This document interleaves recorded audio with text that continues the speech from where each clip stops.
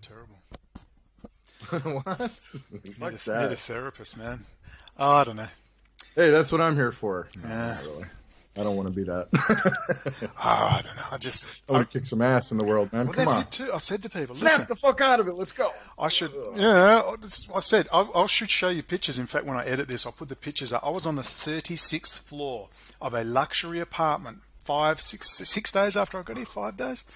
A friend of a friend said, catch up with what's his name. You met him at the parties in oil and gas. Say good day. So I rang him and we caught up and he says, oh, I don't live in my apartment. My company has some. You can stay there. I couldn't believe it. You get saluted when you walk in by the security.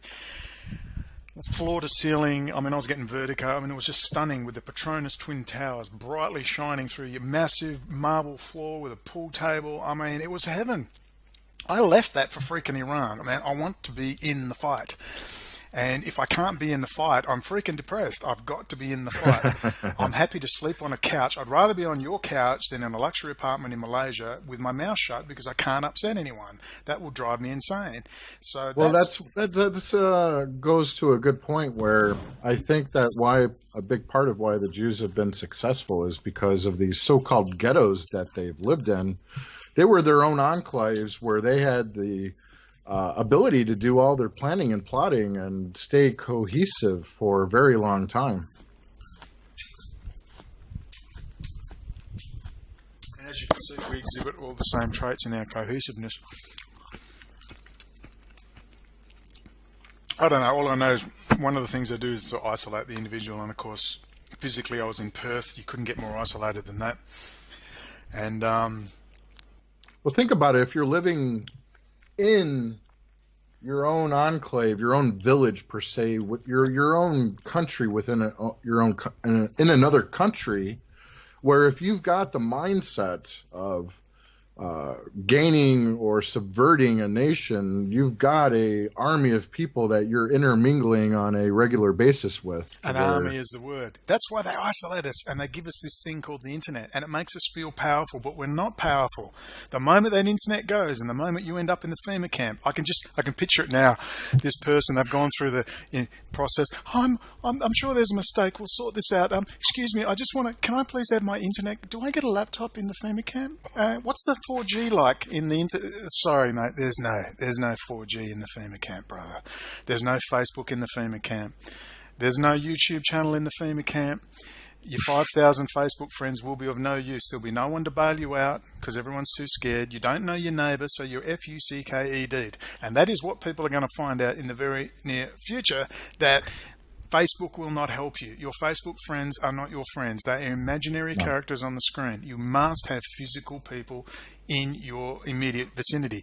And then you can really make shit happen. I need people to ask, why is it with all this information and all this power to communicate from all the way around the world, why is there no grassroots political action in the United States right now? They're all fucking controlled opposition. They create the movements like Lenin in order to control the opposition. You got to lead it yourselves. So that's what they're doing. Try and tell people, look, I remember the skunk. You remember the skunk? I mean, he was like the legend. They got rid of him in 2008. Some people said he was dead. He's not. You remember the skunk? Who's the skunk? You don't know? Well, no one knows his real name. Don't know of the skunk. All right, long story, but he was the legend. He had like 12 million viewers. It was something like 12 million views a month. It was massive, his website. And I went after him. He said, Brendon, he was ex-military intelligence, said, Brendon, 90% of the people you're talking to are frauds. And I said, I don't believe it. It's too high. And I'm starting to believe it now. If you look, there's actually, apart from Mike Delaney, you tell me there was Zane, an old guy that used to go around with a placard, and I don't know if he still exists, Zane, the old guy. And there was Mike Delaney, and that was it. There was not a single... Yeah, I wouldn't even praise Delaney anymore, though, for the directions he's gone in his life. So. What direction's that? Christian identity, for one, to where that concept of a racial supremacism based off of Old Testament type of ideology of the raping and pillaging and smashing infants' heads against rocks, these muds versus the supreme race were the Chosenites of the Bible, that kind of mindset that came from British Israelism. Maybe he got co-opted. But the point is, there's no one. And I remember the reaction when they knew what I was planning, which is a full-blown street campaign, and they had a heart attack, which tells me they just want you in the internet ghetto. I mean, what's his name is right. Matt Drudge is right. He said years ago, you are in... Matt Drudge, he's fucking a fraud, too, at the same time. But the point is, you're in an internet ghetto. Facebook it's been set up for you to channel your... It even says that Soviet defectors say the reason you have a relative peace is you have blow-off mechanisms. You have pressure release mechanisms, which we don't have in the Soviet bloc. That's why we have revolutions all of a sudden, because you can blow off steam. And the internet is one of those things where you can blow off steam. But it never leads to practical solutions or practical moving forward into greater truth and greater justice and greater freedom and greater options and an improved economy. It just leads to more shit. And people have got to ask themselves, why with all this information is nothing fundamentally changing at the grassroots political level? Because no one is working in the grassroots political level. They're on Facebook. Yeah. That was the whole internet ghetto that you brought up. That's exactly what it is in that sense. I completely agree. Someone asked me... And go ahead. What can I do? I said I'd like a .ldif file of all the senators and congress people in the United States. They have that available. Yeah. But what I said, could you collect that stuff for me? Not very sexy, but it's really important. I guarantee you I never hear from that person. I used to go on Facebook and MySpace all the time where it had it was actually MySpace, where you could have these long bulletin posts that you create yourself, and people would create that list of all of the different senators and congressmen. These days in Australia, they no longer put the LIDF files out because they don't want spamming. I'm not sure in the United States. But the point is it's not sexy. Oh, aren't we going to... No, I need this stuff done. I need a full list of all the Twitter accounts of all the politicians. No one's going to do it. I guarantee you there's going to be 3,000 views on this video. No one's going to send anything. That's why I love doing it. It's like the High Court case. I love the fact that this is going to be, God willing, I got to be honest, there's going to be a huge amount of resistance to it. But once the lawyers come on board fully, if they come on board fully, when they work out what they're in the next week, if they don't agree to a video, then I know it's bullshit. But if they do a video, and you have a Queen's Counsel and his instructing solicitor, and we're going to watch, it's going to be like monkeys walking through the jungle, and I'm going to throw bananas, and we're going to watch which monkeys take the bait, because a lot of these monkeys aren't going to come out to play, and you're going to be able to have a good indication of who's who in this whole scene, that they are not willing to take part in a clear, ready-to-go High Court case where all sorts of things could be exposed about the Israeli state. You're going to see the people who are either outright frauds, compromised, or worried about their money, their income base. And that's the most important aspect of your case, is separating the wheat from the chaff. And for all these activists and revisionists that you've been calling out, I would actually reconsider calling upon Kevin McDonald, because he's pretty much proven himself to be a fraud. I agree. Well, his writing used to be great. Now he's white race.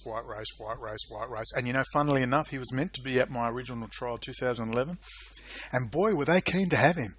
It was like, what? They've resisted everything I tried to do, but they just can't wait to get Kevin McDonald on. That was pretty interesting. In the end, I wouldn't have him because he agreed they were an ethnic group, and that was part of my argument. They're not an ethnic group.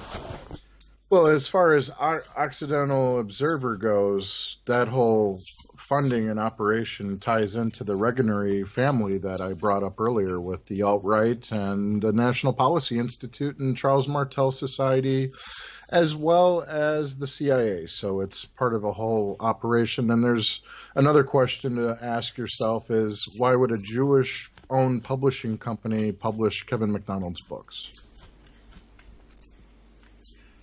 Possibly because he pushes the ethnic, racial component, and they want that, because then it entraps Jews into, you're not just an idea or a religion or an attitude. Once a Jew, always a Jew. You're a race. You're fucked. Yeah. And then they say, well, in that case, I might as well be a Jew. So it traps you. Well, there's also, that's true. There's also, why do they do the DNA test now to see if you've got the DNA of a Ashkenazi or not? And that is such bollocks. That whole test is garbage. It's been proven 1,000 times to be garbage, but they keep pushing it all the time. Well, at least they're getting biological DNA from the participants who are volunteering their DNA to get tested. What a bunch of for Ancestry.com and 23andMe, Ancestry is owned by a Mormon operative, and 23andMe is an Israeli company. Yeah. So it's a good way to collect biological data from people who are volunteering it, though, on their own, right? I can't speak for the stupidity of people, but yeah, they're pretty stupid. They look. It's Well, like you see a lot of white nationalists, Brendan, who've willingly volunteered their DNA just to wonder what type of European their ancestry is from. Well, this is what happens, Nick, when you wipe out the family and your clan and your group and your tribe. When you have strong links with your family, you're not desperate to find out about yourself. You're not desperate to become part of something. You already have your family and your people because they've made us stateless. That's why you have the juggalo phenomena. I mean, if ever there was a Jewish, if we look hard at intelligence operation there on the juggalo phenomena in Chicago area, out of Detroit, insane clown posse. I mean, if ever there was an intelligence agency having a giggle, setting up, I'd love to know more about those guys. I haven't researched them, but I guarantee I wouldn't be surprised if they were Jewish, number one. And certainly their handlers, their publicists and their producers will all be Jewish without question. And that could not take off if you had a strong family base. That's why fracturing the family is so important. Absolutely. There was a lot of exposure recently that I've been seeing about how the CIA and I don't know if it was Tavistock or one of those type of mind control operation type of NGOs that were behind this experiment. Well, it was a long ongoing thing that took place where they built these project buildings for black women, prevented the fathers of their children from ever visiting or staying at the apartment with the woman to divide the woman and the black male, to where it caused the woman to be dependent upon the state for being taken care of because they received free housing at this apartment complex that they stayed at. So it was a whole psychological operation of dividing the black family union. The blacks in America were a tight family union up until a lot of that point with the 60s and all that. Yeah, well, there's been some good books written about the civil rights movement destroying the black communities who had thriving businesses. They were very well dressed. They were big church goers. They had a strong community bonds, and that was all went out the door. In came the drugs. I mean, you look at some of the old hip hop, which was very culture based. It was very social justice based. Now look at hip hop. I mean, this is subversion. These are intelligence agency operations, psychological warfare. Now they're just building the prison industry, and they've got the popular culture there, gangster music. They've got it all worked out. It's like this. Well, the prison industry is also a industry in within itself, with all the different manufacturing that they utilize the prisoners to do, and this is things that people buy on an everyday basis here in America that are produced in prison factories that basically they're sweatshops, and they're utilizing the prison force in order to produce the goods that we're buying here. And we should question why we have the most prisoners in the world. Almost, if you add up all the prisoners in the entire world, we might have more. Well, it's a nightmare. Having been through my own prison system, if what happened to me and what I saw in the prison system, how they intimidated prisoners, they took their legal paperwork, they had other prisoners steal their legal paperwork, they would beat up prisoners, they would organise prisoners to beat up other prisoners, and I'm in a supposed very modern, very first world parliamentary democracy, wealthy land. Now, so what happened to me would have been worthy of front page news had I been in Iran. Now, let alone the United States, where they have literal kill houses, and they're almost proud of it. I mean, they can't wait to get enough of those prison documentaries.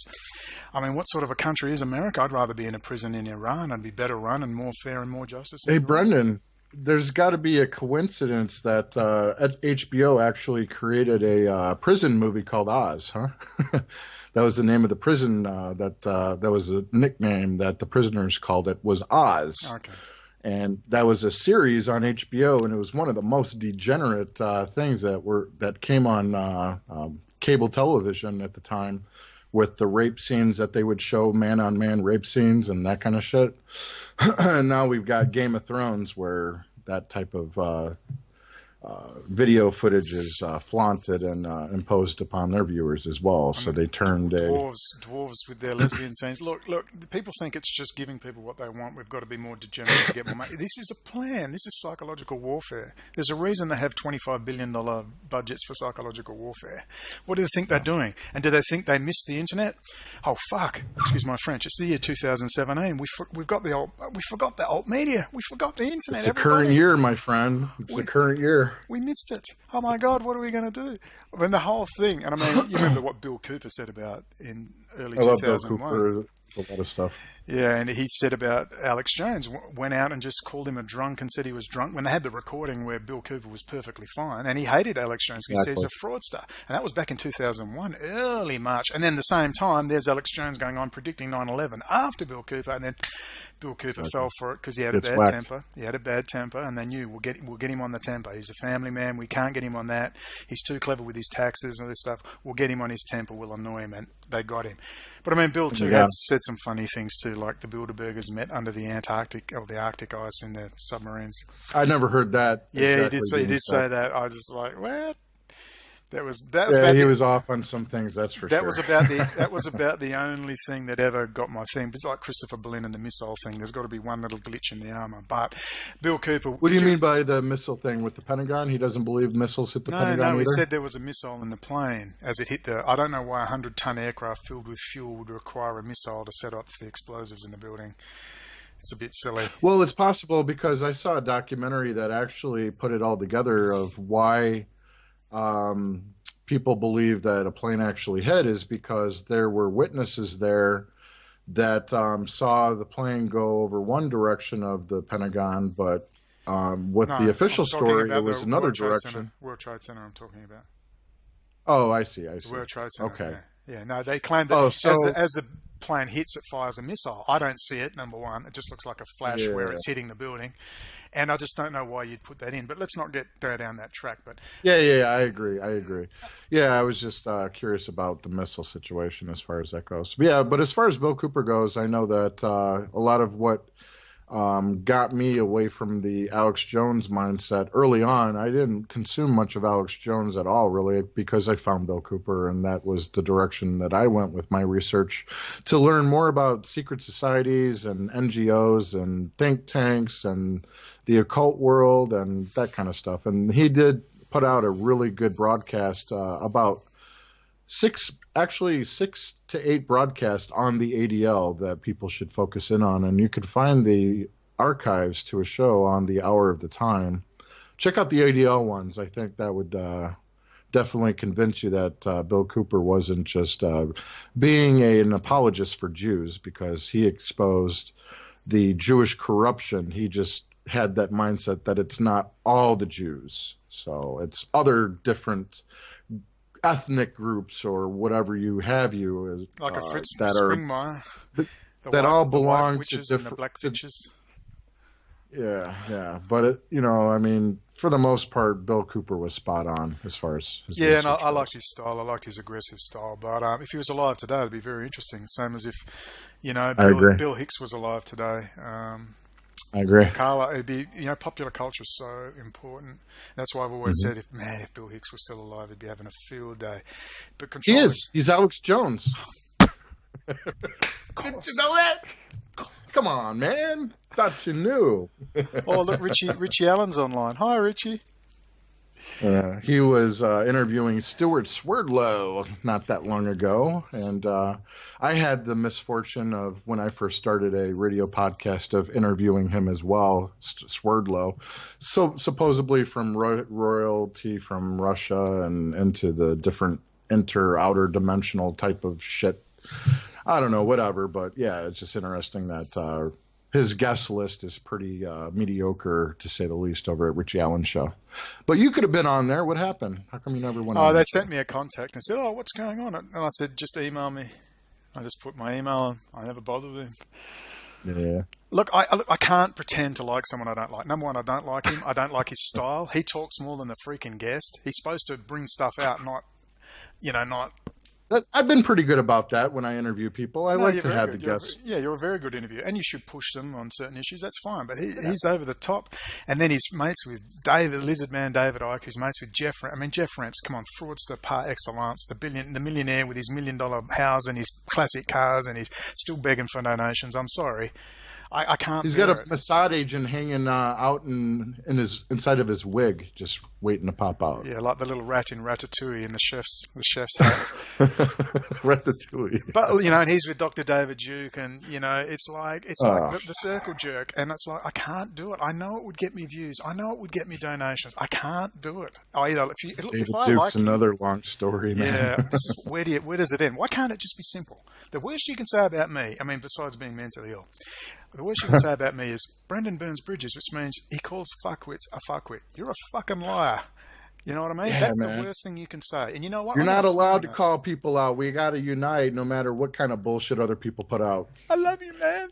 Can we all just get along, man? But then, if you happen to walk past a synagogue, you must be a Jew, or you know what I mean. But instead of just I was called a Jew the other day on Twitter, man. It's from this Christian Orthodox guy. All I said, man, was I don't normally stick up for subversives or agree with them, but this one is actually right.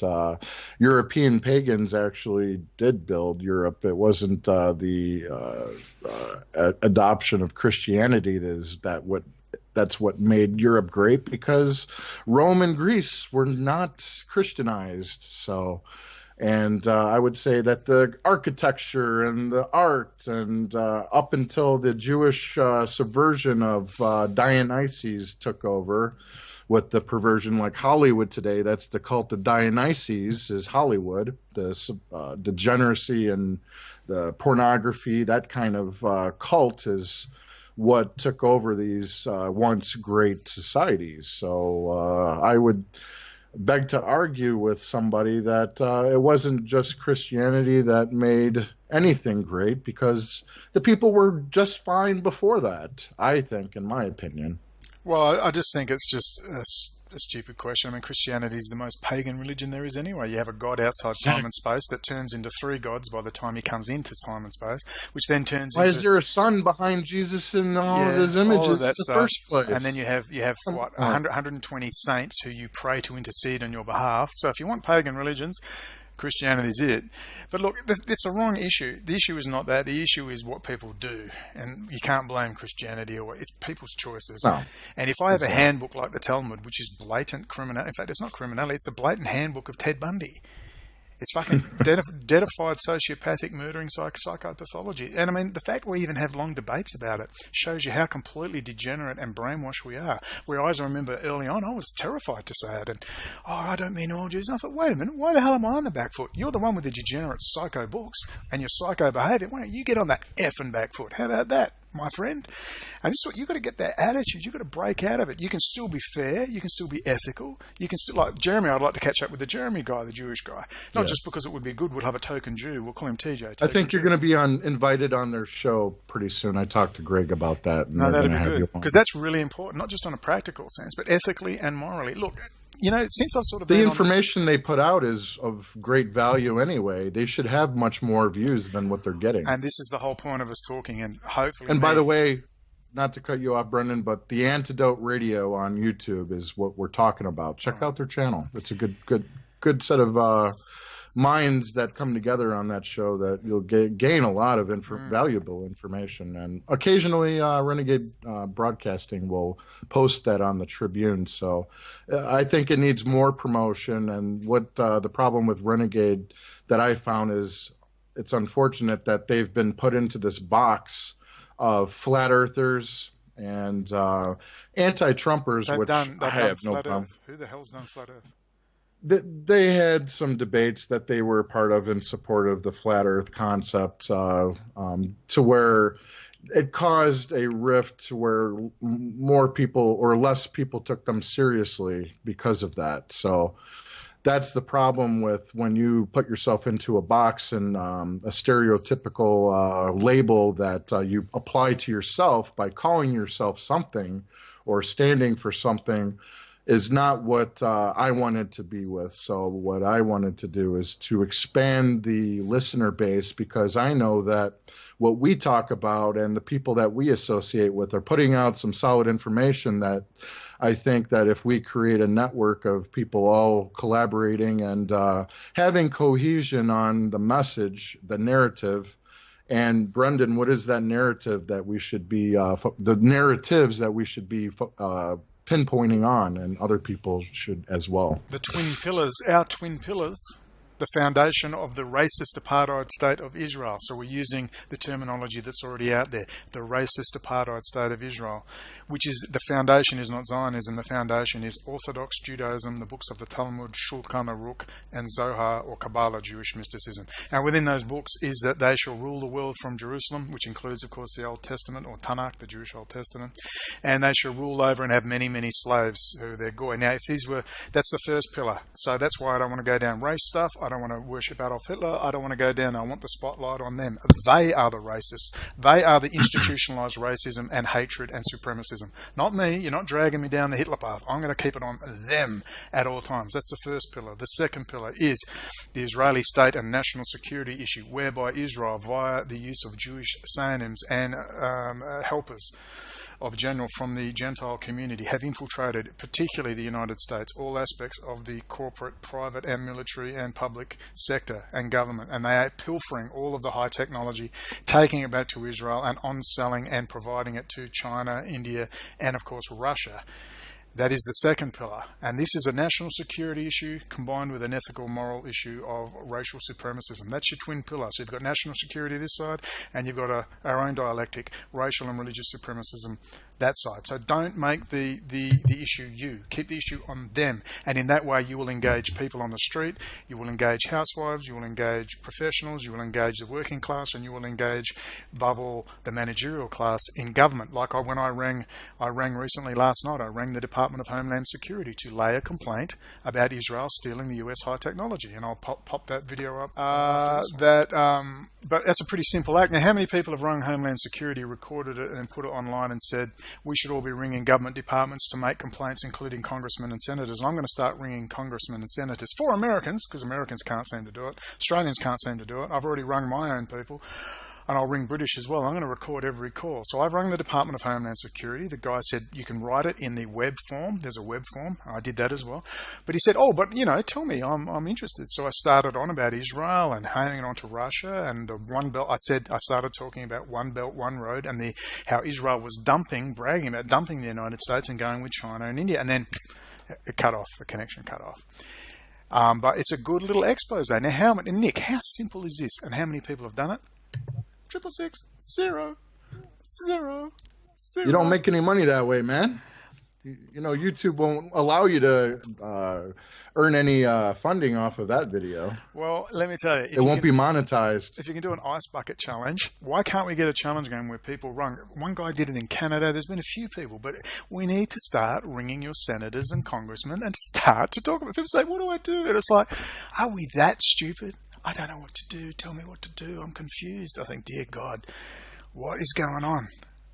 Well, I know that Chris Dorsey has done some good work when it comes to being recorded live and scenes of questioning the AIPAC, for example, or going to different protests. And he's been thrown out of courtrooms and drug out like I was when I was at that lodge during that New Year's Eve there for the millennials. So, yeah. Well, look, so I think that we need more of that being publicized. That's where it has to go, because there's another pillar. And that is that people have got to start doing this sort of stuff, engage in the political process, record and write emails and letters. And the people, it's so boring. I'm going to start a Facebook page. If you want to engage in the political process, don't complain when a bunch of supremacist, nutcase, criminal Jews come knocking on your door and put you in a FEMA camp. I hope they make me a capo. I want to be head capo. I'm going to just belt everyone as they come through the FEMA camp door and say, you deserve everything you get. So that's another thing we've got to push hard and hopefully Jason will get out on the street. And Jason's not in a very good spot. I'm a bit worried about him down there in Western Australia, but we need to get... we should try to communicate with people to check in and have like a briefing every so often as well, just to the people who are more in tune with how things should, the people who are more strategic in their thinking, who could be the consultants on these conference calls per se. Businesses require them. Sales forces require them. You need that checks and balances to, if you could have actually, like, let's talk about a sales organization. If you could have actually sold that customer, what could you, but they did not buy from you, what could you have done differently? So these type of briefings we could have with people who are hitting the streets, they relay back to these strategy type of people like yourself or myself. I'm a chess player and always have been. And I think that we could have a network of people that are functioning on a more constructive level and actually accomplishing things instead of. So these aren't actually the type of people that we really need to be focusing in on because they don't even have their own lives together. So how are you going to convince them to join forces with you? Well, I think too is it's also understanding that you're not being paranoid, and it's not about running around and calling people out. It's questioning. Look, I'll give you an example. We have, if I'm in a leadership position, and I'll give you an example on that. Let me think of someone. And I use the case of Syria girl, Mimi, who had political asylum, I believe, in Perth, Western Australia. She's now in Russia or doing something. Now, she's got all this sex appeal and all this stuff. So she's got a very big following. She's not small. She's been on the mainstream television many times. She's done tours of Europe. This is not some Infowars regularly. This is not some little player. Now, she could have done many things, including Sydney. She could have done, we're out on the street with banners and flyers and organised and gone out the front of the Jewish Board of Deputies in Sydney and done all that. She does nothing. Literally nothing. I think she could have been a leader for the Arab community in Australia. There's a huge Lebanese, which really is a lot of Syrian blood anyway. They're the same people, really. So where she could have been this revolutionary over there. When you got political asylum, I guess Asia is not going to allow it. I don't know. Dr. Janeed is the head of the Islamic Council of Western Australia. When I contacted him, they were firebombed that night. Now, when you have this level of crap going on within a system, you've got to realise that and wherever that sort of criminality is going on, it always leads back to the same people, and those same people are controlling these main players. That's why nothing seems to get done. Because when I went to the police with Terence and met him and had lunch talking about these characters, suddenly the police turn up. Counter-terrorism, Brendon, how you going? Do you want us to introduce you to the Islamic Council? That was Detective Adam Tipman and Detective Justin Robinson. I said, oh, really? And they said, you've been a thorn in our side for a while. And I went, whoa. No. I don't come to your house and take your stuff. You come to my house and take my stuff for shit. And he said, look, we'll organise a meeting. Would you like that? I said, yeah, I'd like a meeting with Perth Islamic Council. That'd be good. I waited a week. Nothing happened. So I contacted him myself. And it's in my sentencing submissions by email. And that night, at 10 a.m., I sent that email. And that night, they were firebombed at the Thornley Mosque. This is the level of stuff that goes on in Perth, Western Australia. And when you've got that level, it's everywhere. It's in Chicago, it's in New York, it's in London. And it's the same people every time. It's the same people, the infiltration. Don't think they're not controlling the big players. The only person I really like out of the alt media is Corbett Report. But he only goes thus far. I mean, he does some good stuff. I've got to give him credit. It's professional. Out of the news bud crowd, he's the only one that's actually covered Israeli involvement in 9/11. So he's done some good work, but he needs to take the next step, which is Telpiot program, which is he's getting there. He recently put out one on Cambridge Analytica. A little late to the scene there, James Corbett. You know, I did beat you by almost a year, but that's okay. It's not a race. At least you got there. It's a journey. How many subscribers have you got again? Man, well, let's talk about his, because I don't really have many. I don't have any bragging rights about my subscribers. Yeah, but that's what I mean. Hello, subscribe to my channel, motherfucker. We'll sort it out. We will sort all that out. But I hope, James, because the point is to win. So James Corbett's on some pretty good stuff. He's pretty professional. But there needs to be a point where the Telpiot program has been out now for how long? I did a freaking hearing on it in a court in 2010. I've been talking about similar things since 2005, and I went directly onto Telpiot in 2007. And you're telling me by the year 2017, it's still only in a handful of... The current year. That's insane. Year. That's insane. That's crazy.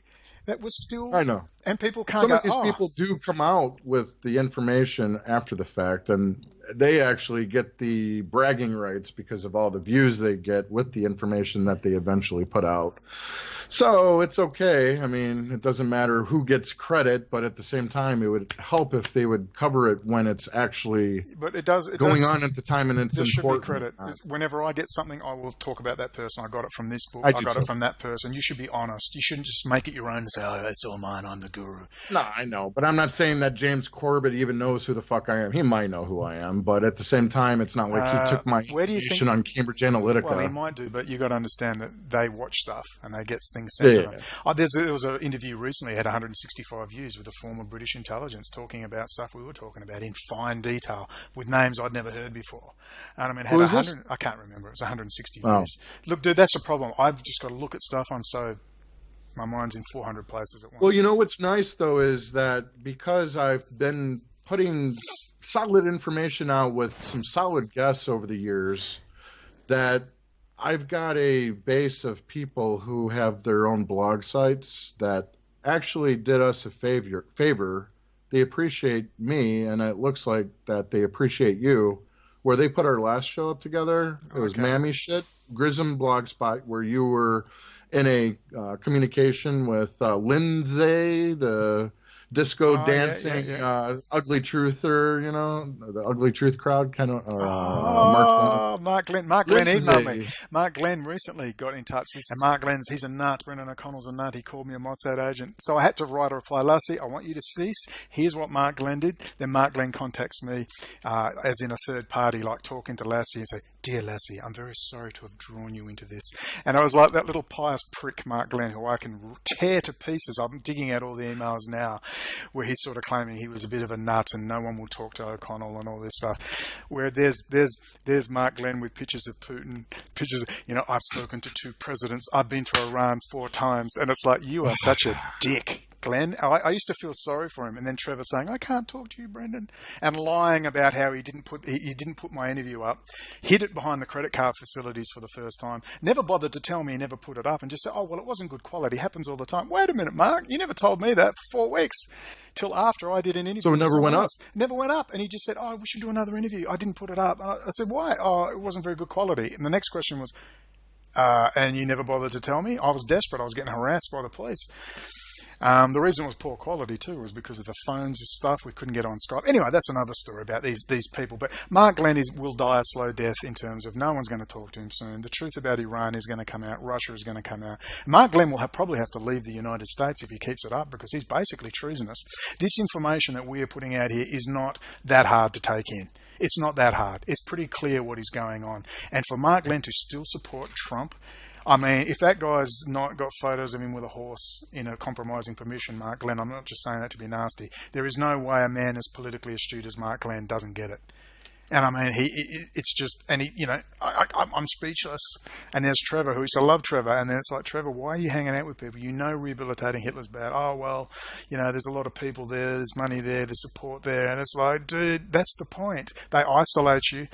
And that comes from Joe Corratino that you've pointed out as far as this funding is coming from. Yeah. Well, I can't prove that, but it's quite clear Joe's got quite a bit of cash. And I noticed that Cortino was absolutely fanatical with Hitler. I'm sure he's got a picture up. And Mark Glenn is all of a sudden, after Mark Glenn saying, "We will never go down the Holocaust. We're not interested in that stuff." And I said, "That's great, Mark. Neither me, neither. We've got to keep away from that." All of a sudden, I actually had to question who's running the ugly truth. What happened? All of a sudden, it's not just asking questions about Hitler, it's lauding Hitler as a solution. That Hitler did all these wonderful things. You know what? Maybe he did, maybe he didn't. But the point is, don't involve yourself in it when we want to keep the attention on them. And that's what Mark said he would do. He didn't do that. And then not only that, but get this, he started to push Joseph Stalin as a misunderstood nationalist. I'm seeing a lot of that happening more often in the alt-right as well. So something to look out for with the promotion of Stalin. Yeah, and that's not an accident. It's like flat Earth. It's the same people. The point is, yes, Stalin did some good things. He had kindergartens. He put libraries. He kicked the Jews out. Oh, yeah. You mean, look, Stalin killed anyone who got in his way. Didn't matter who you were. The point was, he did some good things. And at what cost? Only 70 million people all up. It's like, do we have to have this conversation? Go and ask a Russian what it was like in the Stalinist era. Now, and then, of course, it got so bad post Soviet era that they said, God, give Go, us a go, strong... go ask the Baltic people, the Lithuanian, the Estonians, the Latvians, and how they like the East Soviet Union. Germans, the Poles, I was in a relationship with a Lithuanian for almost a year, and she has family members who were thrown in gulags in Siberia, and they were Lithuanian. They weren't Russian. They weren't Soviets. They were occupied by Bolsheviks. Well, you better explain it to people, but, as far as I'm concerned, Mark, I mean, in March 2014, Iran wouldn't give him a visa. They said straight out he was a spy. I know this because we were meant to go with me, Mark, and Ken O'Keefe. We were going to share a thing. And Mark said, they're calling me a spy. And I said, what? What are you going to spy on? The upholstery in the hotel? That's ridiculous. He goes, and he was devastated. Mark Glenn was totally he said, after all I've done for them. Anyway, and I was pissed off too because I'd killed myself in that prison. But He'd been there before, though. He met Ahmadinejad before in the past. No, he hadn't. He hadn't been there yet. He hadn't been there. No, I'm just saying that he has been to Iran. 4 times since, but not before then. Not before 2014. Oh, I see. That was the first time that they the word was, but they called him a spy. They didn't say we can't give you a visa at this time. He's now saying, but they say that about everyone. Yeah, as if he was told specifically. Listen, you hang with Phil Giraldi. Catholics in action, CIA. You do some little suspicious things. Also, you do things like go after the Old Testament a lot, and it's like, Mark, it's not a good idea because the Iranians don't like it when you go after the Old Testament prophets. But anyway, the point was he was refused, and specifically Mark Glenn told me because they said he was a spy, and that pissed me off too because I don't believe that. But anyway, that's what was said. But now Mark's sort of saying, I've been there twice. I've met 2 presidents. O'Connell's a fraud. O'Connell's a nutcase. Well, we've got to get a lot of egg on these people's face. This is not about spite. This is about pointing out people's positions. So they can't just edge their position to the new position when it's safe. And that's what I've said. Yeah, we got to prevent that from happening because people have been steered in different directions.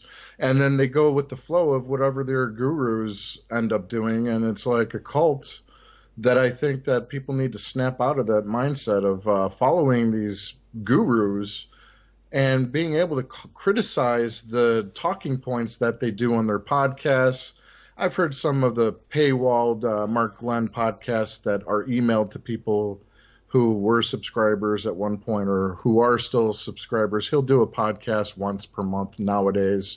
And he still tries to find the one article in the news that points that Trump is doing right by the people and he's going to stop this or this from happening, and calling him like the General Pompey of the Roman Empire at one point for, scheduling this speech at one of these historical sites over in Palestine, not Israel. That's fucking fraudulent creation. But yeah, basically in a nutshell, he always just tries to find a way of propping Trump up as somebody who's still worth supporting. And it's so ridiculous. I mean, it's so ridiculous. You've got to have something on. You've got to be working for someone. You couldn't possibly keep that up, particularly now. 6 months ago, you couldn't keep it up, let alone now.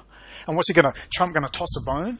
What he's going to, I don't know, criticise Abe Foxman or something. And everyone goes, see, we told you. Any moment now, any day, it's going to do. And that's the thing, man, because Cambridge Analytica type of dating mining operations, the analytics, the behavioral profiles of people and the trends that are taking place, these type of data mining operations didn't go away. They're ongoing, so they're still going to create these type of bones that they throw at people and virtual signal, and it's really just steam valves that they're releasing for these people. They know you've got to toss a dog a bone every now and again, and they did that. That was Jones's job. Steve Pieczenik and Roger Stone. Yeah, and Pieczenik was running interference as well because there was obviously a group such as myself and others who were still watching, and he needed to keep those people on board. So they covered pretty much everyone. It was a good job. Steve Pieczenik, I don't know. I think Steve Pieczenik basically attached himself to Trump and thought that, seeing as I'm being allowed in, I actually thought maybe he'd make Steve Pieczenik Secretary of State or something outrageous like that, or Chief of Staff. And then you realise that that it's just not going to happen. I think Pieczenik is so deep in with him now, he can't see a way out. He's probably worried about being knocked off, so he's just sticking with Trump. Pachenik's always been in with him, man. You know, I mean, Yeah, but it's his body language, the way he talks. Like when Jones was going on, I always watched Jones. It's really hard to watch him now, though. It's so boring. But you're not on the Jones show for just a because you put out good information and this like and that. Syria Girl. But Syria Girl was only on there, 3 or 4 months ago, when he's at his worst anti-Islamic. I would have told him to go F himself. But anyway, but Pachenik was on there, and it was about 4 months ago when Jones was going on about Obama. Obama's still there, Obama this and Obama that. And Pachenik said, Alex, who cares about Obama? Who cares about the Democrats? The Jewish neocons are moving in. The neocons are moving in, Alex. And Alex used to get quite smarmy unless it's an act. He said, I've got other sources besides Pachenik. They got to play off one another, though, man. Good cop, bad cop. I've got this information. I've got this source of information. Roger Stone, my sources in the White House. Yeah, you know what I mean? I mean, that's the Jerome Corsi, my sources. So, I've often said to people, too, they said, now, what it is this is hilarious. It's hilarious. That Trump's playing a game, right? He's just playing a game. And when the moment's right, he's going to strike. And I said, so it's between you and Trump? Me, you, and Alex Jones. We're the only people that know this. The people listening to his phones and listening to his conversations don't know what Trump's doing. I said, give me a break. I mean, don't be so ridiculous. As if he's going to con the people that run the country. He is the people that run the country. And I just can't believe this narrative still has any legs whatsoever. It's ridiculous. People are going to be absolutely ashamed to show their faces. I'm ashamed. It took me, I didn't really drop Trump till February when he... Well, I was calling him out as being the person who was actually going to be selected as president, and he would be the Trojan horse. Well, I was that poem, the lyrics from a song about the snake of you let me in, you knew I was a snake, when he was utilizing that in his speeches and his rallies. Right away, it triggered me, and I was thinking, this guy is actually talking about himself. And I warned you, I am the snake. But also, too, consider this, and I think this is pretty damning. If you wanted to beat Trump, you wouldn't want to bother trying to do it with Hillary Clinton, would you? Why wouldn't you just rehabilitate Bernie Sanders? If you truly wanted to beat Trump, you would use Bernie Sanders. Why would you use Hillary, who's so compromised and has to go to jail? I mean, she cannot not go to jail. She could do 20 life fucking sentences for what's going on. So why would I use Hillary? The reason they're leaving Hillary there is because they don't want anyone to beat Trump. You put Bernie Sanders up against Trump, Bernie Sanders is going to win hands down. Hands down. To me, it's pretty self-explanatory. It was the same exact thing what they did with putting McCain against Obama when McCain was singing Bomb, Bomb, Iran during his campaign. Like, we want another Bush is what the whole motto was. Like, so who wants another Bush in office? No, obviously most people didn't want another Bush in office. So that's why Obama was easily selected. Easily. So, I mean, like you say, it's stage managed. It's always been stage managed. Exactly what they're going to do is never that easy sometimes, because people like us, even with our poxy views, really we are having an effect. And as a group and individuals, there's definitely an effect as people are watching what's going on. And it is forcing them to trim their sails somewhat. But I think you're going to see maybe a drop in the US economy, some trouble financially, not a complete drop, but bad enough that'll really scare people. And then Trump's going to say, that's it. And he say, I am the leader. And he's going to come in and just sack everyone. And then he's going to rebuild the country up again. The jobs will flow back in and people will go. Well, you know what? Here in America, Brendon, well, at least I can only speak for the Chicagoland area, that the economy is, the companies are actually hiring more now. So there is this sense of security in the economy right now where companies are doing some hiring. That's usually a sign of growth. So, or at least hope for growth. Well, they probably planned this 10 years ago, literally 10 years ago. So they'll get their block, their new trading block. They'll still have the UK and they'll still have Australia, and America will have North America, Central America, South America. And then I believe they're getting the Cold War happening again. I believe they're all cooperating at the top, and they want the old Cold War system. Two teams, bipolar, it was stable, the weapons manufacturers get their high tech, and everyone's happy. And then they've also got through the terrorist scare, they got all that anti-terrorism stuff in, which is anti-human, anti-person, anti-constitution. They could never have done that under the Soviet system, the Soviet Cold War system, because it would have been like, well, that's what the Soviets do. But under the terrorist stuff, it's almost like they planned it, they've done the terrorist thing, now they're going to wind back the terrorist thing, put in the new bipolar, report from Iron Mountain, it's the most effective effective social control mechanism. That's what I believe they're ultimately doing at the very top right now. And Bill Cooper actually, in his Behold a Pale Horse, actually combined a bunch of these type of documents into his book. The Protocols of Zion actually was in there as well. The Learned Elders of Zion.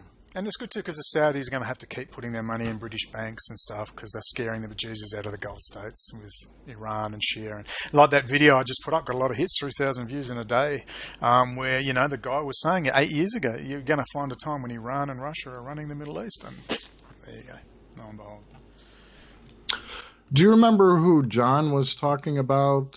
The guy that we had a pretty good Skype conversation with from England when it came to the funders of this neocon movement. It was Rosenwald. What's her last name? Can't remember. Yeah. But she's tied in with Frank Gaffney as well. With he was a PNAC member as well. Frank Gaffney is somebody that people should be looking into. Could you do me a favor? There's a lot of good people in this country that will fight to till their dying breath, and I think that there is that sense of strength when it comes to loving their country, and just it's one of the greatest countries on the planet. But it's also committing, as the government, what they're doing is committing some of the most crimes in the world, and they're a force to be reckoned with. So it's the military that has really, I would say, it's a coup d'etat on our country already. It's happened. It's happened. Well and truly happened.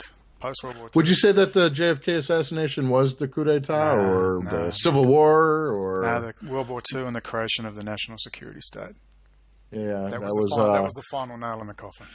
Well, 70 years ago this year, 1947, like Palestine, and they even found the Dead Sea Scrolls in 1947 too. A little coincidence to bring up. Yeah, you're going to find that a lot of things I would like to make a documentary showing how in the late 70s, mid-70s, they decided this whole phase we're seeing now was decided on in the early, mid to late 70s. The ending of goes back to the what's his face who just died? Brzezinski. Yeah, Between Two Ages, the technocratic era. Yeah, well, I remember Fletcher Prouty, who people should remember. That's the Donald Sutherland character, X, that was based on Colonel Fletcher Prouty, who was assisting Jim Garrison with his prosecution, and he was the liaison between the Air Force and the CIA, and he supplied the materials they needed, and he said that he was also in banking and finance and oil. And he said that in the 70s, early 70s, they knew they were going to bring in credit cards to track everyone. They were going to collapse the Soviet Union and have terrorism. They were funding the madrasas. They were going into Afghanistan, and they were radicalizing Islam, and they were going to make terrorism the new booga booga. And that's exact. And you had the Holocaust. Werner von Braun even said the same thing, Brendon. He said that first it was going to be communism as the boogeyman threat. You know, the German who developed the V-2 rocket that was brought over to America and pretty much was the backbone of NASA, along with Jack Parsons as well, the Crowleyite. So basically, in a nutshell, Werner von Braun actually said communism is the boogeyman for now. Then it's going to phase into Islamic terrorism or terrorism all over the world, global terrorism, and then it would be the future threat after that or during would transition to asteroids being a threat to civilization on Earth. We're seeing that in the news every so often about asteroids here, asteroids there, solar flares. What about the killer bees, man? Don't forget the killer bees. Yeah. Don't be disinfo, man. Yeah. And this is also tied in the Star Wars project and what Reagan and Kissinger would talk about with aliens visiting Earth, to where after the asteroid threat would be an alien threat of outside of Earth. Yep. So didn't Kissinger and Reagan both say how great it would be to unite as a global world? You should watch Childhood's End, the miniseries, which I have. I should put it up on Google Drive or something. Childhood's End, about Satan himself. He looks like Satan. The what do they call him? Anyway, the managers, and they manage the planet, and they've been watching us. And now The Watchers, or the Nephilim? Yeah, it's another name, but it's Arthur C. Clarke. It's called the Elohim. Childhood's End, it's called. But anyway, they're called the managers or something, and they come down and say, here we are, we've been managing you. Now there's no cancer, there's no this, there's no that now. And they come down, but he looks like Satan. I mean, literally, with the big wings and everything. And because everyone had been desensitized, they accepted him. But in the end, that was the end of the human race. So, the bottom line is, whatever happens, Nick, is people have got to start to realize that these people with $trillion budgets, it's freaking theater. Putin doesn't have to know he's in theatre. He's getting his instructions too. He's a low-level gangster. That's all he is. Same as Trump. They're getting orders too. Everybody should watch this video on YouTube. I actually put it up too. Nonlinear warfare. And it talks briefly about Donald Trump's propagandist and how he has funded and created opposition movements in Russia and Ukraine, and funded the right and left different operations, and controlling media to where you don't know what's really going on in the world because you're just so confused. So that's nonlinear warfare. To me, and I'm sure you'd agree, if you can't talk about the Telpiot program and Israel's domination of the high technology world specifically, and you can't talk about the thieving of the US high technology, if you can't talk about that, that's my demarcation line. And I hope Christopher Berlin talks about it. I hope he's going to integrate it into one of his talks as well. Seeing as he talked about it in 2007, you'd think he'd have integrated it more into his talk. Okay, so if he's not really consuming other people's work and really digging and researching, and he's really just focused in on what he's already been doing, wouldn't that take some activeness or activists to contact him and share information with him? They have been. On Facebook and stuff, and I friended him. I haven't spoken to him. I stayed away from him because I know he doesn't like mixing with people after the Eric Schmidt incident in 2000. Daryl Bradford Smith, the French Connection. Yeah. So if people may not know about it, but that was it for him. And you got to understand. I brought it up in my interview actually with Michael Collins Piper and him, that division that took place with them. Well, see, he won't talk to veterans today, like Alan Sabrowski. None of them will talk about him. And apparently he dissed American Free Press as a fraud. And Michael Collins Piper. Well, yeah. But then at the same time, the same thing happened to Michael Collins Piper that happened to Bolin, and how they booted them out of American Free Press. Yeah. And he went to they were both treated pretty wrong. Yeah, he went to Mark Lynn. Yep. And Mark Lynn's having lunch with Phil Giraldi, former counterintelligence officer for the CIA, who I like. But I wish I could get someone go and have lunch with Phil Giraldi. He's probably more trustworthy than Robert David Steele, though. Wouldn't you agree? Absolutely. Phil Giraldi. Get me Trump's number. Don't forget the children on Mars. I mean, look at Cynthia McKinney, man. She's invited. I've got to put the emails up. She's inviting me to Bangladesh. She gets all my criminal record, everything. She says, I'll give you 20 minutes. I'm thinking, oh, excellent. I love Cynthia McKinney. She's a political operative. That's important. And she just then hardly contacts me, and all of a sudden she's hanging with Robert David Steele. Yeah. And she can't talk to you if she's with Robert David Steele. You two wouldn't mesh too well there. That would be a bad combination. Cynthia McKinney despises Trump. Are you kidding? Not anymore. What's going on? She doesn't despise him. She keeps thinking that if I could have his ear, then he would listen to me, kind of like Robert David Steele. If he would only listen to what I'm saying, Trump doesn't understand, man. He doesn't understand. I mean, he's only been friends with Roger Stone for 40 years, and he's confused, and he's only run a multi-billion-dollar business. He doesn't know what's going on. Who's who? I'm so confused. I'm just the president, and I'm so unprepared. Oh man, give me a break. Come on. He's surrounded by enemies in the Oval Office. Help him. Why do I sense a sudden, almost stirring Braveheart scene in the movie where he rallies the troops and freedom, and he's going to have his shirt off on a horse, Putin style or something. Something crazy is going to that's going to happen. Well, the Lithuanians were good about calling it out from the get-go. They painted a mural on a wall showing Trump and Putin kissing. Yeah, that was funny. So the old Lithuanians aren't dumb people. Yeah, they remember. They remember. Same with Swedes. Same with Hungarians. Hungarians are pretty smart. Finland. But UK is usually pretty smart. But they've had quite a few BBC things about all the Russians teaming up with UK, British man, has been cucked since Cromwell, dude, and then Rothschild bringing the Bank of England, totally co-opting that. Yeah, but plus the British Israelism that's pretty much embedded into their society, just like South Africans, most of them, well, the Brits anyway, are Christian Zionists. And yeah, a lot of them are dealing with a lot of the white genocide issue happening in South Africa with the farmers. But the more of the British ones, they recognize that, but at the same time, they're praising Israel. So, and they don't put two and two together with who actually formed the ANC. It wasn't Mandela. It was a bunch of Bolshevik Jews that formed the ANC. And what you've got in South Africa is what you're going to get in Israel at the moment too. There's a movement to make it more integrated. What you're going to get in Western Australia. Yeah, all that. But what you do is and probably New Zealand. Different boss, same company. And well, the same.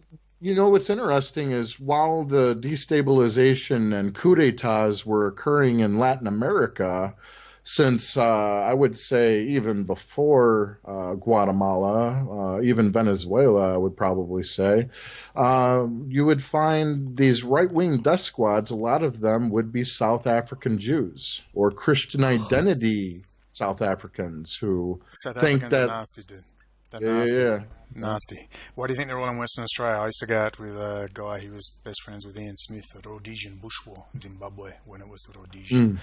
Telling you now, man, hard as nails, and there's a whole bunch of them retired there, the old kill squad. So if you're looking for war criminals, they're probably in Perth, Western Australia, out of Africa. But the bottom line is, at the end of the day, you're going to get Israel is currently going to have to be transformed, so they will get rid of Netanyahu in due time. They've got a Levant, a brown-skinned Semitic Israeli Jew who's going to challenge Netanyahu because they've got to change the appearance. And, you'll see Israel, maybe they'll keep it intact, but it'll be more inclusive and maybe they'll have one state. But the bottom line is the Palestinians and the Arab Muslim world is very vulnerable. They're under so much pressure now, which I believe is the plan, to put them under so much pressure.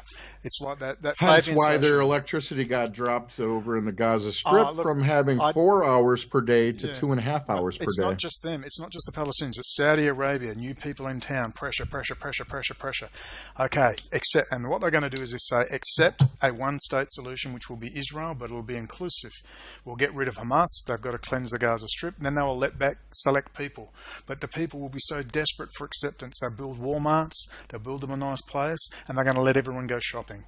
That's going to be part of the plan. Well, that's what Ramallah is for the Palestinians in the West Bank. That's the capital for Palestine right now. And they've turned Ramallah into a Jewish metropolis as well, to where you've got gay nightclubs and a lot of the drugs that, like the ecstasy. So the Palestinians are becoming part of the Israeli system. They're even opening up startup tech companies. Oh, yeah, it's a joke. And they've got this woman in a hijab, and she's sort of sitting there behind the computer looking like, how long do you want me to sit here for? We've created this app whenever there's some sort of revolutionary movement, and you can track and trace the ongoings of these revolutionary movements. It's so bad. And but you know what? They'll win. I'm pretty sure they'll accept. That was on Bloomberg, by the way. They discussed that in a 30-minute documentary I think I sent to you. Yeah. It was it was embarrassing. But you know what? Like you say, flood it with drugs, flood it with ecstasy, get everyone white bread, get them all McDonald's give them a shopping centre, and everyone will come. Like Lebanon? Yeah. And what they'll do is anyone who's too hardcore, they'll just ship them out to southern Syria or something. The same thing's happening to Jordan, too. It's becoming Americanized, or has been for a while.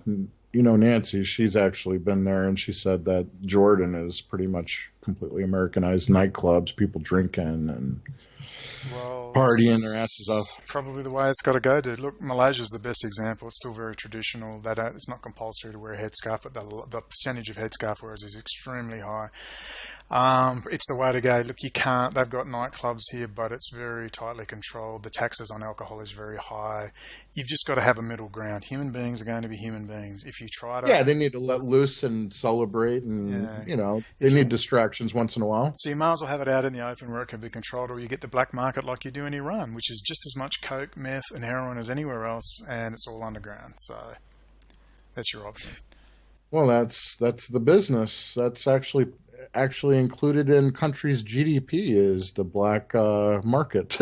Drugs and prostitution are part of the GDP of countries that they calculate. It's not just export and imports of regular consumer goods. It's the drug market. It's prostitution. Well, I think That's Malaysia's handled it pretty well. I think they've got a good balance. It's a moderate Sunni country, and they've balanced it pretty well, I think. It's as good as it's going to get. And considering there's three major ethnic groups here, you've got to give the government some credit for keeping things on an even keel. You know, it's not I would say that Syria had that same success with having a more secular government, with having multiple different ethnic groups per se, and different religions, and Gaddafi as well. So we see the not only the natural resources being a target for these type of nations, you see the cohesion that these societies have as well that repel the agenda of creating a one world government and whatever have you. Well, I think I'd have to challenge you on Syria a bit. I know. That's fine. I don't think it was all beer and Skittles there. The old Soviets taught them all they needed to know. As again, a lot of Lebanese were thanking me. Look, I know all this stuff anyway, but I thought, look, let's focus on the positive. We've got to defeat Israel. If we bring up Assad, all these imperfect people, then how are we and these ever Syrian activists, I don't know what the hell they're afraid of. Talk about the masters. Talk about the people who are pulling the strings. Call out Israel. Call out the Jewish supremacy that's taken place. You got an ear. You've got people who are reading your blogs and your articles. You're going on talk radio shows. You're going on live interviews like RT and all these different outlets that you can talk about the Israeli technology problem or the Jewish supremacy problem and how they're intervening in your home countries. Why ignore that? Absolutely, but I would like to throw in Iran has to be outed and the Shia militias too. No one is safe, but the worst of ISIS are the mercenary IV amphetamine using lunatics, which is funded by Israeli military intelligence. But there's an awful lot of genuine Sunnis there that are pissed and are worried about the future, with Iran being the huge player in the region backed by Russia, and that's clearly happening. So Iran should get back in its box. It's got a very nice big country there with lots of resorts. It's a beautiful country. You're going to love going there when people want to visit there. I feel privileged to have got there for 10 weeks. I mean, I'm a bit peeved, but I was pretty happy I'd seen it myself. But Iran has definitely got big imperial ambitions, and definitely Swiss and German banking, which is the City of London, is definitely backing them. The same people that are funding ISIS are funding the Shia militias, in my opinion. That's something to look into later.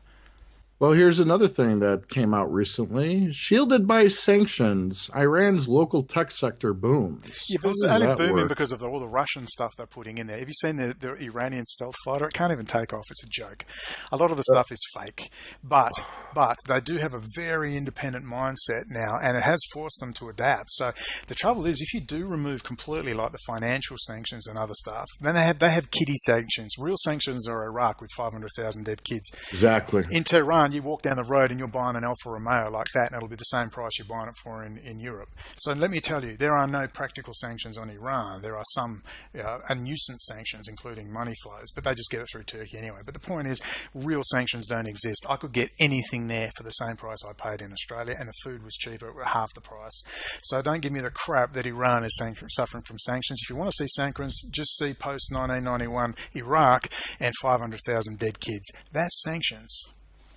Or Libya as well. Or Libya.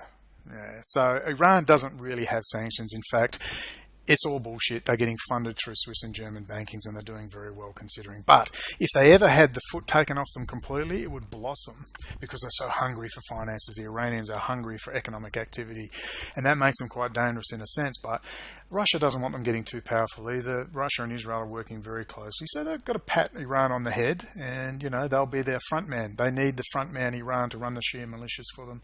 But Iran, the elites like Rouhani, are probably Freemasons. I doubt they're even Muslims in the true sense. And they are just Rouhani and Rafsanjani are British intelligence, 100%. No doubt in my mind. No doubt whatsoever. So what do you think about what's going on with the Temple Mount, and the more appropriate name would be the Al-Aqsa Mosque that has had a lot of tensions recently with preventing Palestinians from worshiping there. Trying to cause trouble. I don't know. I haven't watched it much. It's like watching a repeat of Lucy, I See Lucy, whatever her name is. Mm-hmm. It's just, I don't know. It's a funny time. They do want to cleanse the Gaza Strip, but well, our compadre over at Activist News put out a recent video about prophecies. I think his name is Daniel too. That does Activist News. So that's kind of a nice little mix there with Daniel's prophecy. So he's kind of on the same lines as me when it comes to a lot of these are self-professed prophecies where they're engineering the concepts from the Bible, Revelation, and creating these problems to shift the direction to the Bible-believing Christians, for example, to believe that prophecies are being fulfilled. So what do you think of that concept of the self-professed or fulfilled prophecies that could potentially be what, like the blueprint is the Bible in a sense to create a lot of these situations? Yeah, sure. They're definitely using it, psychological warfare, fulfilling it one way or the other. But I don't get caught up in the Bible, to be honest. The Bible is living. Sure. God's in my heart. I just pray on my own human conscience. The bottom line is, look, it's simple. I don't need the Bible to tell me if I see a woman being raped and the kid having its head crushed. I don't need the Bible to instruct me on what to do. I know what's going on in the Middle East. The biggest bully, hypocrite asshole on the planet is Israel. Therefore, they need our attention. They're running the high technology sector. From a simple criminal investigation level, they are the ones we need our attention on. I'm not even interested in Bible prophecy. I don't care about Bible prophecy. This, for me, is a criminal investigation. That's it. Nothing more. Nothing less. So why don't we just forget Bible prophecy and start pointing out and addressing the issues and having proper tactics and explaining why you should go here and why you should go there. What are the tactics that will win? What are the tactics that won't win? What are the tactics that will make it difficult? It's a military operation. I don't take my armoured divisions into swamps. I don't take my armoured divisions into heavily built up areas. These are simple military style tactics we need to apply to Sun Tzu. All of that stuff. So who cares? I don't care, because I don't believe anything I'm reading really unless I have a really hard look at it. I have to look at everything with a skeptical eye. They're always trying to distract. They're always trying to get you down a prophecy and a rigid determinist function. I don't believe God's a rigid determinist. Whatever transpires, transpires. But for instance, to carry the Bible prophecy is to say, if I see your daughter getting killed, I say, hey, don't worry, Nick. It's all in Bible prophecy. Just relax. Would you do that? Of course you wouldn't do that. You would go out and try and stop the crime and try to make the world a better place, whether we all die or not. And I know that we've discussed that, and that's our motto. And I damn Bible prophecy to hell. I'm interested in what's right. I'm interested in the teachings of Jesus Christ, who said, blessed are the peacemakers, number one. We have ethical and moral obligations to approach this. We all get angry. We approach this as a criminal investigation. That's why I want as many people who identify as Jewish on board, people like Jeremy and his friend, and as many others as possible, to be as inclusive as possible. But I'm not going to put up with liars and fraudsters and bullshit artists. I'm not going to do it. And there's gang signs.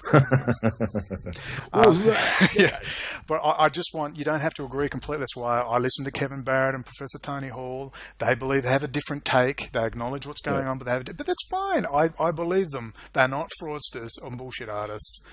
Well, it's like you have some disagreements with Jonathan with some of his belief systems, to where I think that both you and him have the same mindset as trying to make the world a better place. So there's going to be disagreements with a bunch of different people, but you're not always going to agree with 100% of the things. So I think the collaboration, like you said, I think we need to even get that guy John on board with possible shows too from England, because he's not being heard, and he said he was happy just to provide some info. He didn't want to be major way. That's fine. Yeah. That's fine. And we need people like that too, so that's good.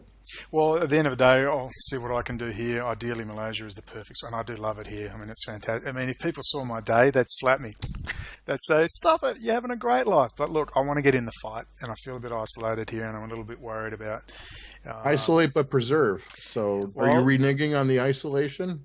You know what's funny? Maybe you should change your blog site. Hey, that was in the paper, in the British press. Josip Mandelstam, he was a Jewish poet, a Russian Jewish poet, and Stalin. He wrote a disparaging poem about Stalin, and when they arrested him, he said, "Are you going to kill me?" And he said, "No, we're just going to isolate but preserve you." And that's where I got the name from his book I read in jail. But you know what? Being on the run and being slightly stateless, stateless in Seattle, as I say, I sort of have you sound a like a sympathy. Jew. Yeah, a homeless person. I'm sort of the wandering Jew, and I have to watch what I say and not upset because I'm a guest. Wherever I go, I'm a guest, so I'm sort of like trying not to upset people. I thought, God, this must be what it's like to be a Jew.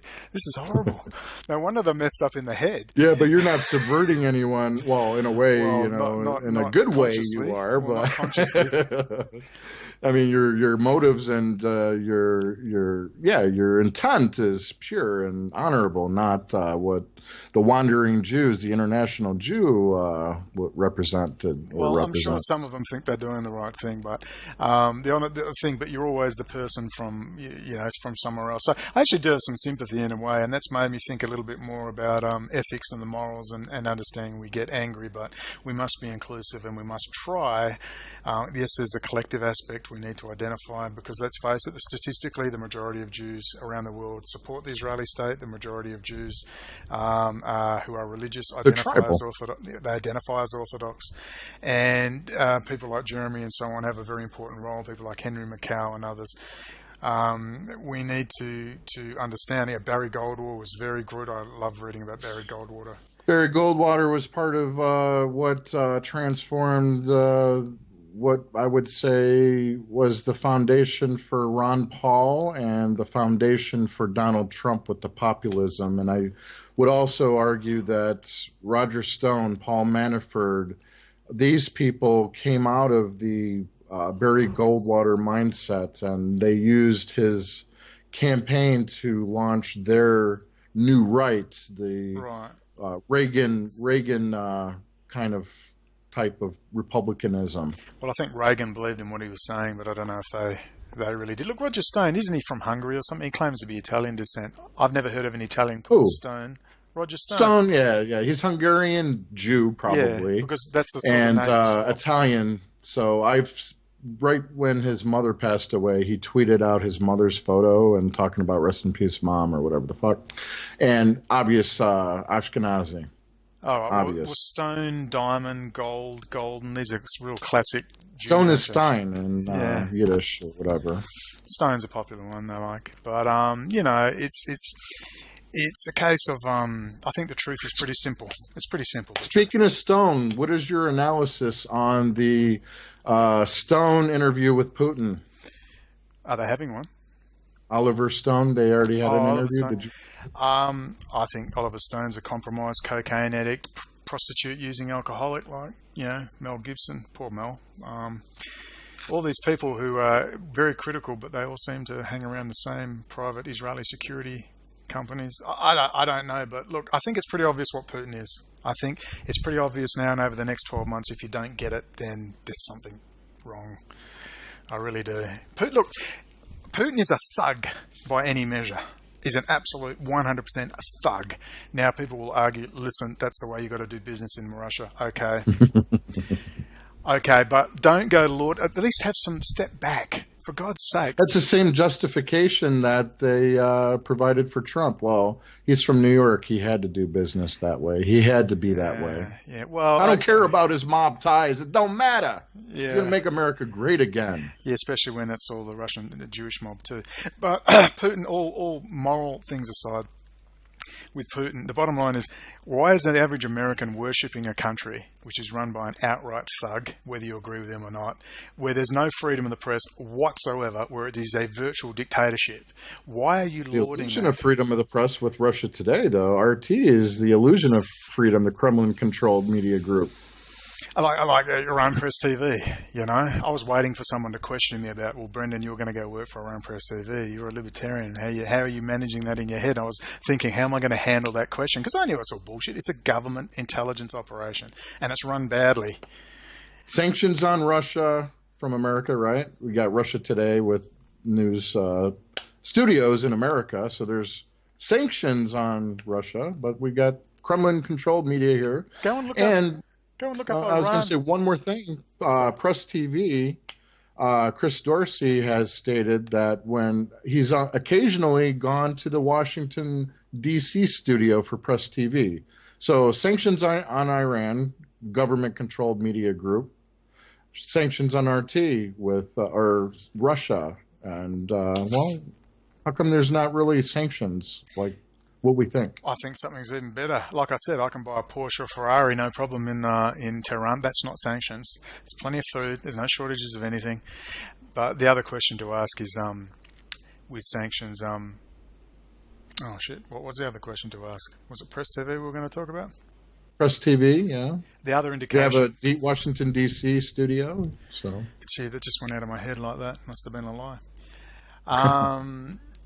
Well, the question was simple questions. You were going to throw in fluff. You were going to throw in fluff Yeah. like Christopher Bjorkness did on Dennis Fetcho's show, where he was pulling information out of his ass that he's put together better shows that even you said that you heard on Red Ice wasn't so bad until he brought up white domination and supremacism and those kind of talking points. Yeah, that's not an accent. Bjorkness is a pretty tactical, smart guy. That was deliberate. I can't see him as anything but the enemy, because he's a smart, tactical guy. Why would he even say that? But anyway, what I was going to say was see, what was I going to say?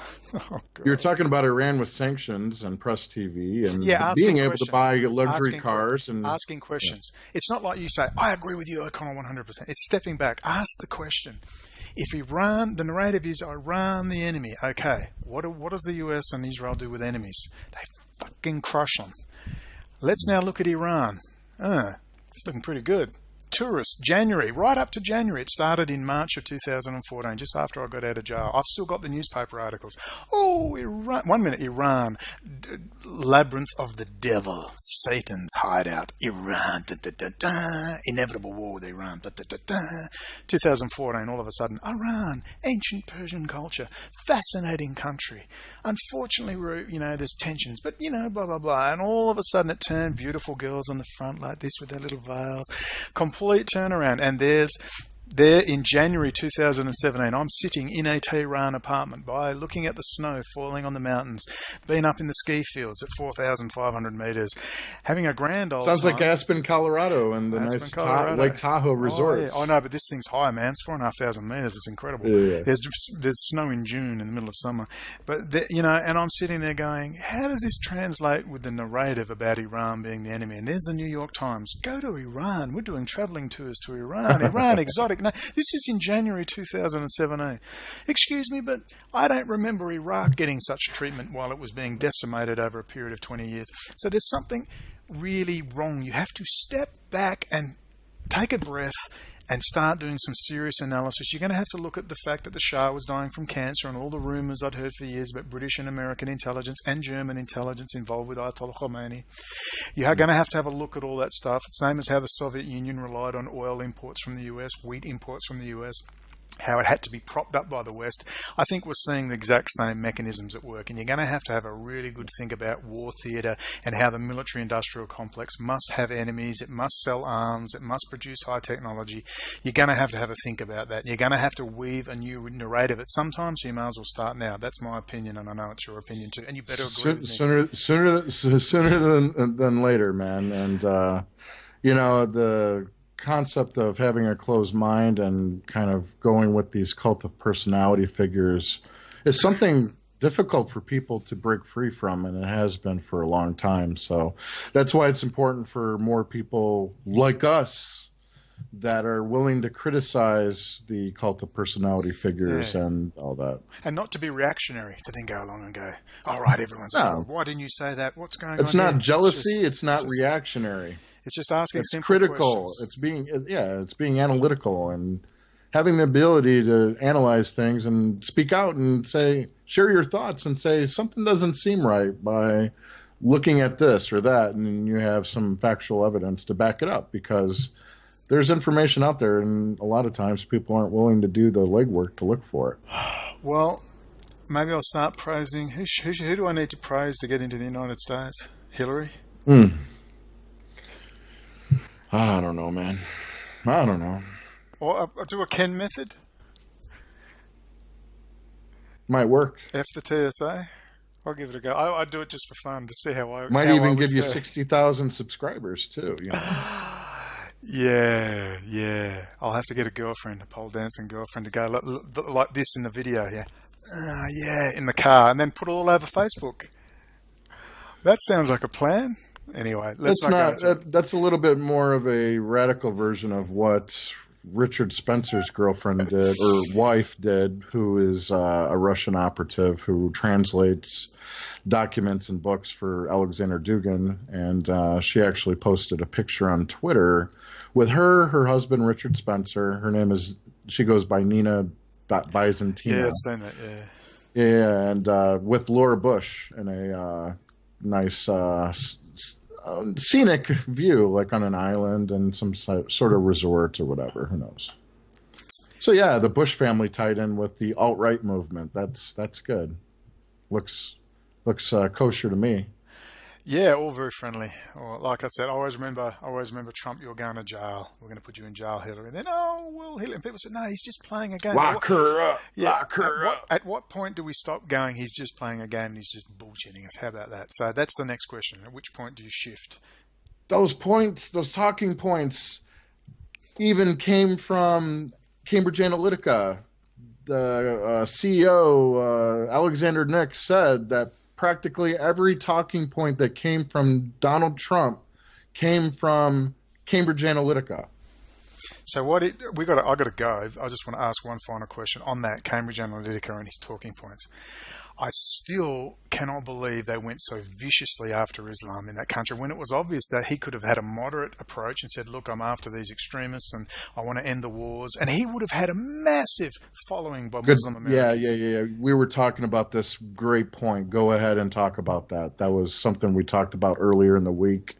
So share more of what we talked about, how Trump could have positioned himself as a true populist president that would actually benefit America rather than causing polarization, especially with the well-to-do Islamic community here in America. You've got some good Palestinian people. You have some Lebanese people that are doing well in different parts of America. You have Persians.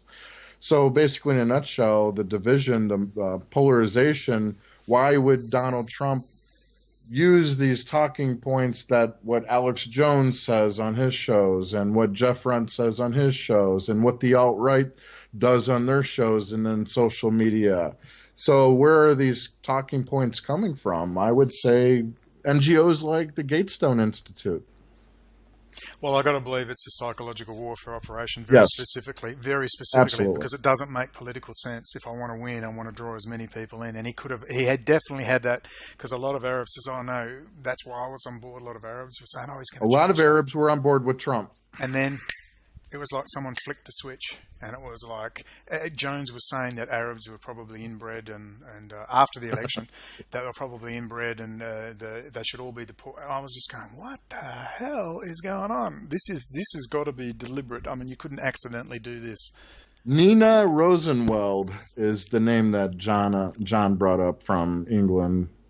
She's behind a lot of the funding of like the NGOs like John Bolton and Geert Wilders and Nigel Farage, and you got your operatives on the streets like Tommy Robinson and Mike Cernovich that's in America. So yeah, you got these people that are spreading a lot of this polarization, and kind of like the script has been flipped, where it was the Black Lives Matter type of thing going on with Obama. Now you've got the controlled right pulling the same kind of shit that happened during the Obama administration. So the pendulum has swung to the right now.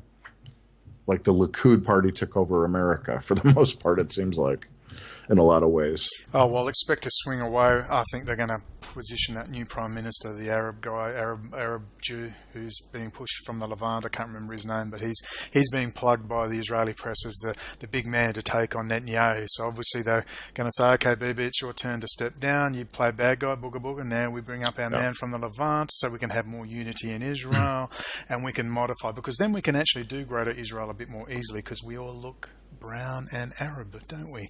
So we can slip our way into Syria and do other things. Anyway, it will be interesting to unfold, and I don't know when this little battle is going to end.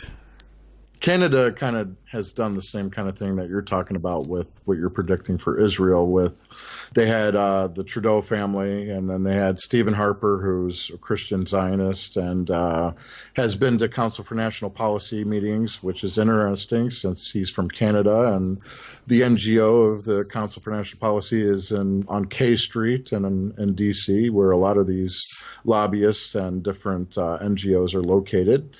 So then that went back to the extreme left with Trudeau and its degeneracy going on over there. So I can see that happening in America by having that pendulum swing back left again. And you're saying that it's probably going to happen in Israel. It's already happened in France with Macron, the Rothschild crony.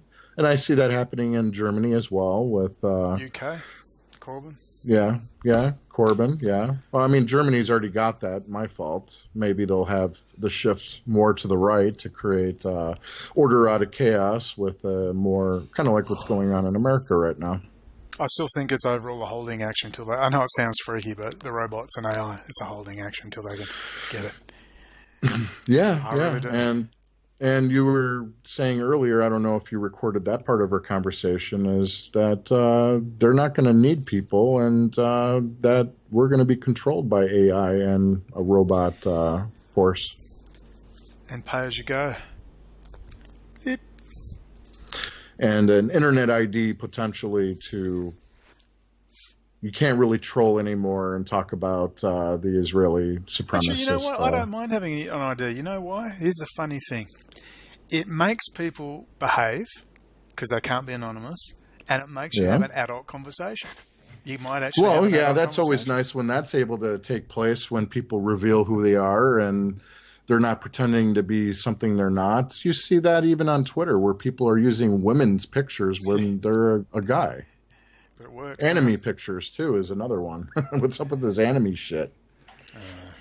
All right, my friend, well, I better go get something to eat. I've got to bitch and whine how hard I've got it as I spend $10 on a restaurant meal, which most people would die for.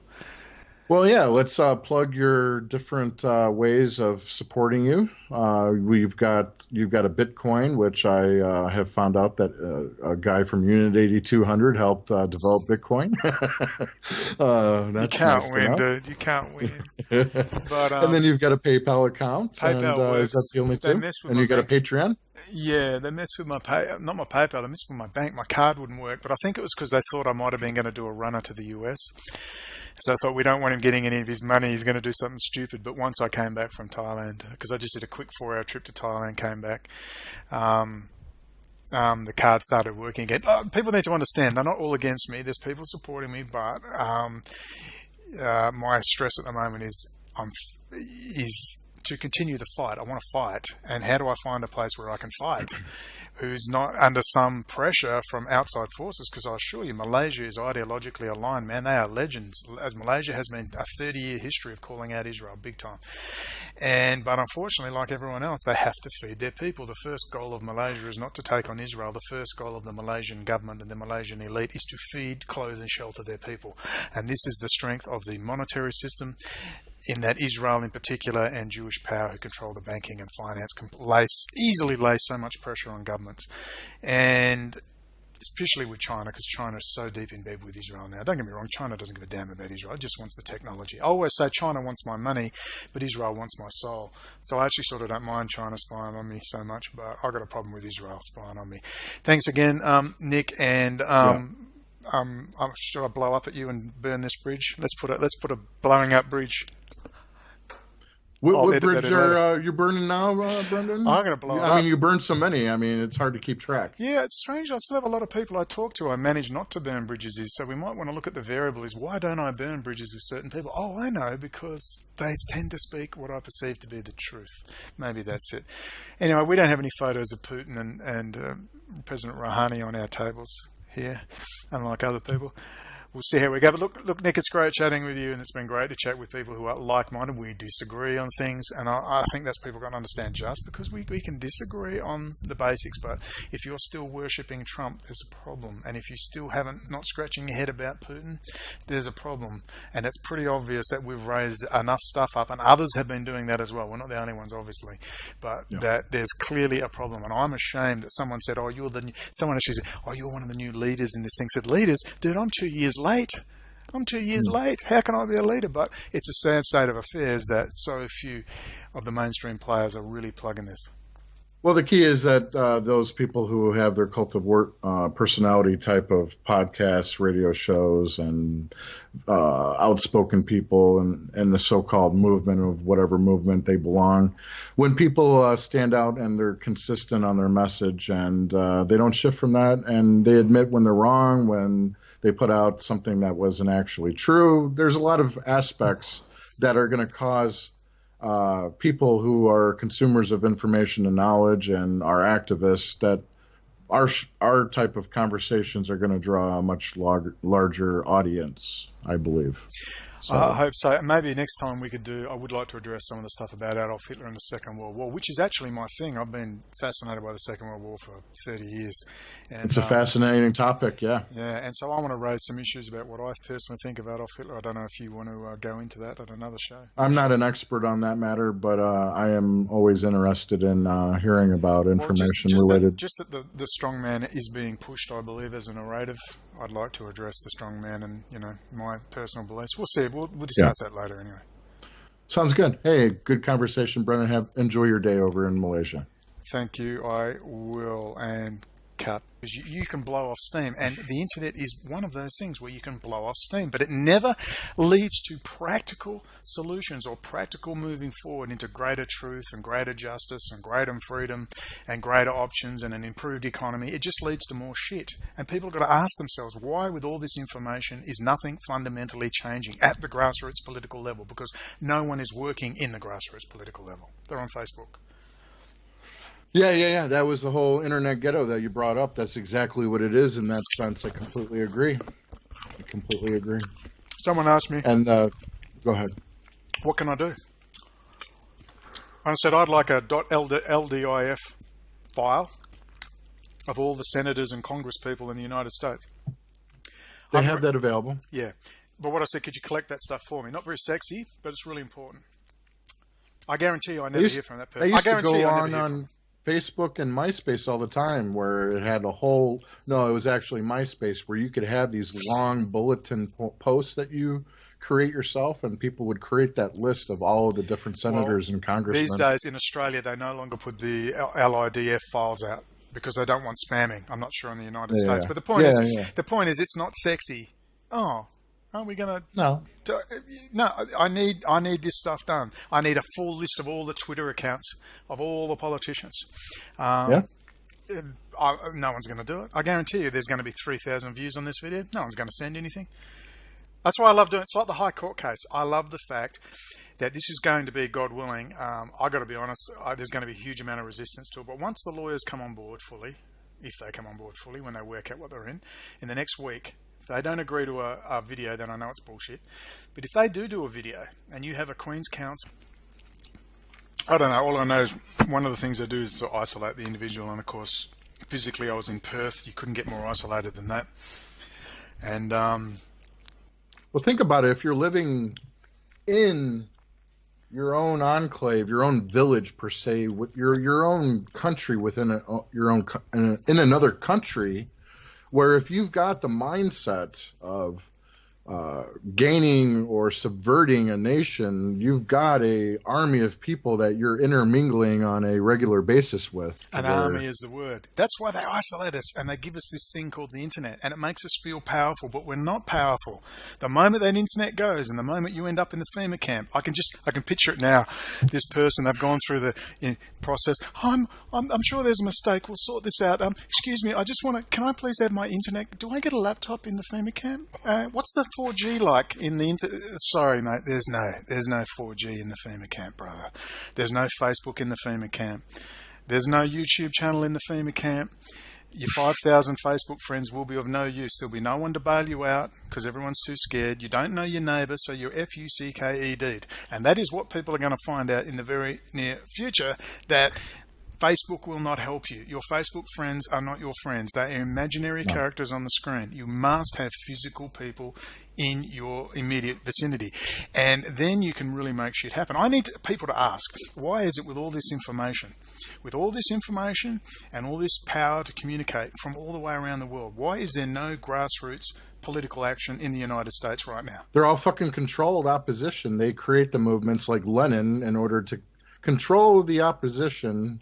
You got to lead it yourselves. So that's what they're doing. Try and tell people, look, I remember Lenin's instructing solicitor, and we're going to watch. It's going to be like monkeys walking through the jungle, and I'm going to throw bananas, and we're going to watch which monkeys take the bait, because a lot of these monkeys aren't going to come out to play, and you're going to be able to have a good indication of who's who in this whole scene, that they are not willing to take part in a clear, ready-to-go high court case where all sorts of things could be exposed about the Israeli state. You're going to see the people who are either outright frauds, compromised, or worried about their money, their income base.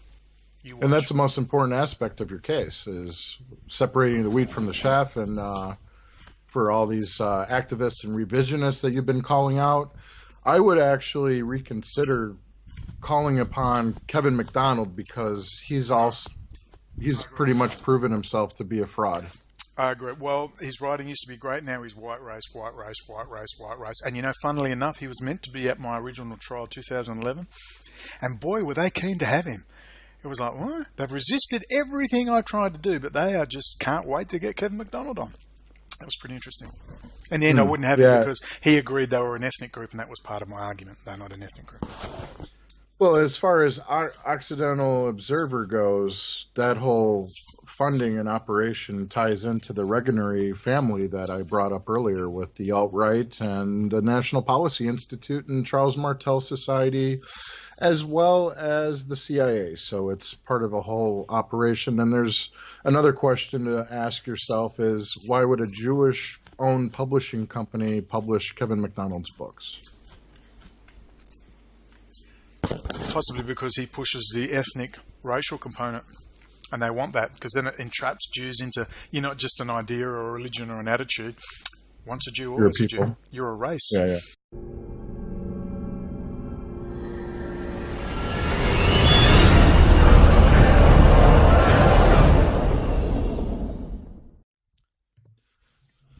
You good? No, terrible. What?